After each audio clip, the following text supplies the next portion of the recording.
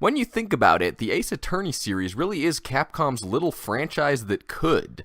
6 main games, 2 spin-offs, a prequel, a crossover, an anime series, a manga series, a live-action movie, and a musical.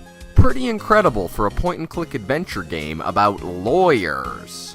Especially considering the circumstances the first game was made under, which make it a minor miracle that the series ever got off the ground to begin with. Phoenix Wright, and by extension the entire Ace Attorney series, is the baby of a man named Shu Takumi. Takumi was still a relatively fresh and inexperienced game designer at Capcom in the year 2000 when his boss, Resident Evil alumni Shinji Mikami, gave him a somewhat unusual assignment. You see, Capcom was trying out a program where new directors were being given creative control over smaller projects as a way for them to polish up their game designing skills. So Mikami told Takumi that he could make any game he wanted to make, but he had to make it in 6 months with a team of only 7 people. A daunting task, but for Takumi, it was the opportunity of a lifetime. Takumi's experience at Capcom was mostly in survival horror, particularly the Dino Crisis series, but what he'd really wanted to do ever since he got started was make mystery and adventure games, and this was his chance. It wasn't exactly smooth sailing, though. The game was originally going to be for Game Boy Color, but upon seeing the new Game Boy Advance that would be coming out the following year, the dev team decided the new system was better suited for the game. A smart choice, since putting the game on a new system instead of one that was about to become obsolete extended its market life, but it also meant that the programmers had to work with brand new hardware they weren't familiar with. The game was originally going to be a more traditional mystery-adventure game starring a private detective. Takumi began writing a scenario in which the detective paid a visit to a client, found a dead body when he arrived, and ended up on trial for murder. Realizing that his attorney was an incompetent moron, the detective was forced to step up and defend himself in court. Takumi realized that cross-examining witnesses and finding contradictions in their statements was by far the part of the game he was enjoying the most. So he suddenly realized he needed to change the main character to a lawyer if he wanted to keep that theme going throughout the entire game.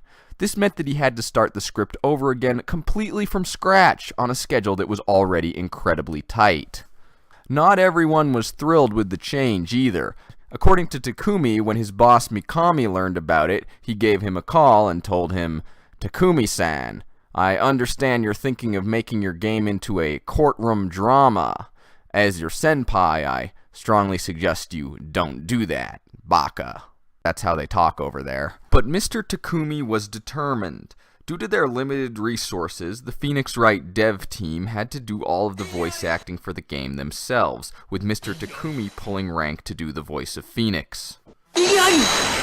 Then crisis struck when 2 members of the dev team quit. Because there were only 7 people on the team to begin with, it was devastating, and for a brief time it looked like the game would be cancelled. Fortunately, the game's producer Atsushi Inaba and division leader Mikami, despite his earlier misgivings, had enough faith in the project to get a Resident Evil dev to help the team part-time until completion, keeping the project afloat and saving the game. Finally, after many trials and tribulations, get it? Reference? The game was completed and released 10 months after production began. Yeah, they went a little over their goal, but considering everything they had to deal with, they still cranked the game out pretty quickly. In fact, Takumi said he put a lot of himself in Phoenix Wright just because he was writing so fast that he didn't have time to stop and really think about the character's personality. Phoenix Wright Ace Attorney's first release was successful, but not spectacularly so. The game sold a little over 62,000 copies in Japan and ranked as the 163rd best-selling game of the year. The game received 2 sequels and was re-released as a budget title in 2003, again to moderate success, but neither Phoenix Wright Ace Attorney nor its sequels were exported to international audiences during this time, and while Takumi wrote the first game with localization in mind, once it didn't look like that was going to be happening, he took the liberty of adding more explicitly Japanese locales to the 2 sequels. Something that would definitely not become a problem later.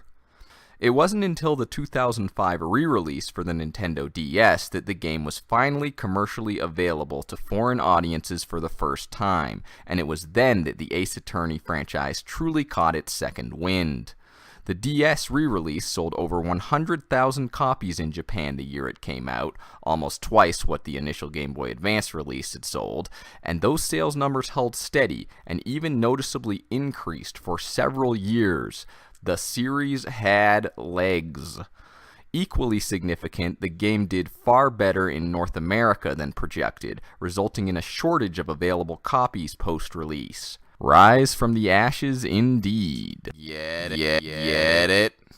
In hindsight, Capcom's bigwigs probably shouldn't have been so surprised by the game's success across the ocean. Takumi has mentioned Perry Mason and Columbo as major influences on Ace Attorney, two long-running American series. A lot may change in the land of burgers and semi-automatic weapons, but our love of a good murder mystery endures. But Phoenix Wright Ace Attorney is also distinctly Japanese, even if it isn't as obviously apparent as it would become in some of the later games. From the beginning, the series was a sort of exaggerated satire and critique of the Japanese legal system. Allow me to explain with a very brief and broad history lesson. Lawyers are a commonly reviled profession the world over. Some jobs just rub people the wrong way, I guess, and professional arguers who determine other people's fates and can leave lives in ruins and walk away with a paycheck definitely fall in that category. They even get a call out by Jesus in the Bible. But generally, prosecutors and defense attorneys are considered pretty similar, right? Not in Japan. In the early days of what would become the modern Japanese legal system, prosecutors were basically another wing of law enforcement and worked directly with the police. As employees of the local magistrate, they were associated with the nobility and as such were afforded special respect. Defense attorneys, meanwhile, were filthy peasants. Freelancers, arguing on behalf of whoever would pay them. So right away there's a class divide. Now consider how seriously respect for authority is taken in Japan, and consider how disrespectful heated courtroom arguments can be. So Japanese defense attorneys didn't just get the usual stereotype of the money-grubbing lawyer with zero morals, but also as offensive, rabble-rousing provocateurs whose outrageous presence was barely tolerable and borderline dangerous to civilized society. Defense attorneys had to walk a tightrope in court of arguing effectively for their client's defense and not stepping so far out of line that they wound up on trial themselves for sedition or some such. Obviously, the letter of the law changed as Japan modernized more and more, but old societal attitudes lingered, and prosecutors still tend to be respected and closely associated with law enforcement, while defense attorneys, not so much. Takumi took this inequity in the system and amped it up to 11. It puts protagonist Phoenix at a profound disadvantage and makes him a natural underdog. Of course, it doesn't quite fit with the legal system of a lot of localized countries, so the story was moved to the near future for those, and then to an alternate history. In case you can't already tell, I love this series. Most of the mysteries are well constructed and engaging. It goes from zany, absurd comedy to dark, serious themes with a grace and natural smoothness that's rarely been matched in any medium, and it's full of memorable, engaging characters. I could talk about it for hours. So I will, but not in this video. You may have already noticed I'm using footage from a Let's Player named Z-Slicer for this. That may change, but for now it just makes my life easier. I know he already has literally every single game in the series uploaded, so I can reference footage from the complete game library if I want to, and he does this split screen thing where he shows the top screen where most of the action happens enlarged on the left, and both screens on the right so you can see all the gameplay. I'm going to do a retrospective on every case from the original trilogy of games. Heck, I may do the entire series, assuming I'm around that long. I'll give a brief overview of each case, my opinions of its strengths and weaknesses, a bit of character analysis, and talk a little about the little quirks of development that ended up affecting the final product in big ways. This is the beginning of my Ace Attorney retrospective.